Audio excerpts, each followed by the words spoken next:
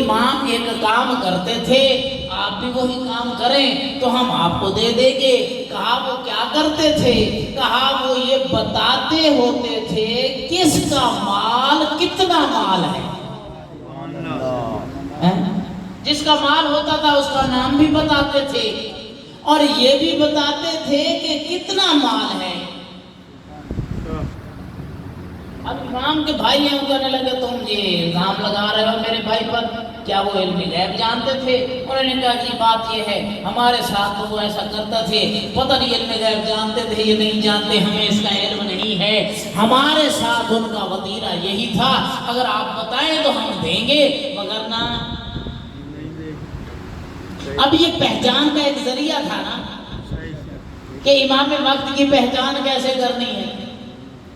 باہر نکلے پریشان ہیں کہ امام تو اس وقت ہے نہیں، اب ہم کہاں جائیں، ہمیں پتہ بھی نہیں چلا، امام نے پتہ نہیں کسی کو بتایا بھی ہے یہ نہیں ہے۔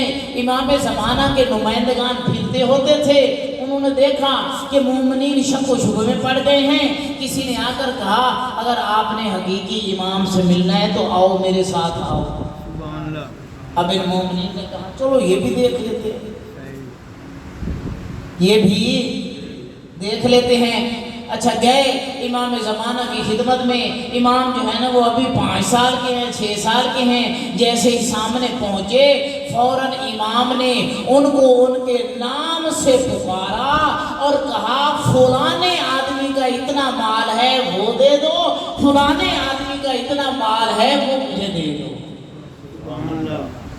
اب دیکھیں معرفت میں اگر معرفت نہ کرتے کیا ہوتا بتائیں، اگر معرفت نہ ہوتی تو وہ انہی کو امام سمجھ کے کر لیتے، جھوٹے کو بھی امام مان لیتے۔ اس لیے معرفت کا معنی یہ ہے کہ ان کی وہ حقیقی معرفت حاصل کی جائے اور جو حق ہے ہمارے اوپر اسے جو ہے نا وہ دیکھا جائے، تب جا کر ہم حقیقی خلافت کو بھی سمجھیں گے، تب جا کر ہم حقیقی امامت کو بھی سمجھیں گے، تب ہم جا کر یہ حسر سمجھیں گے۔ اچھا کیا وجہ بنی تھی کہ کوفہ کے 18,000 لوگوں نے خط لکھے، خط لکھنے کے بعد جب حضرت مسلم آئے، حضرت مسلم کے ہاتھ میں بیعت بھی کر دی، لیکن بیعت کرنے کے بعد حضرت مسلم کو چھوڑ دیا، کیا وجہ تھی؟ یہ میں سوچنا چاہیے نا، سوچنا چاہیے نا کہ اگر ہمیں معرفت ہوتی، امام کے حق کا پتہ ہوتا۔ اچھا کیا ہوا؟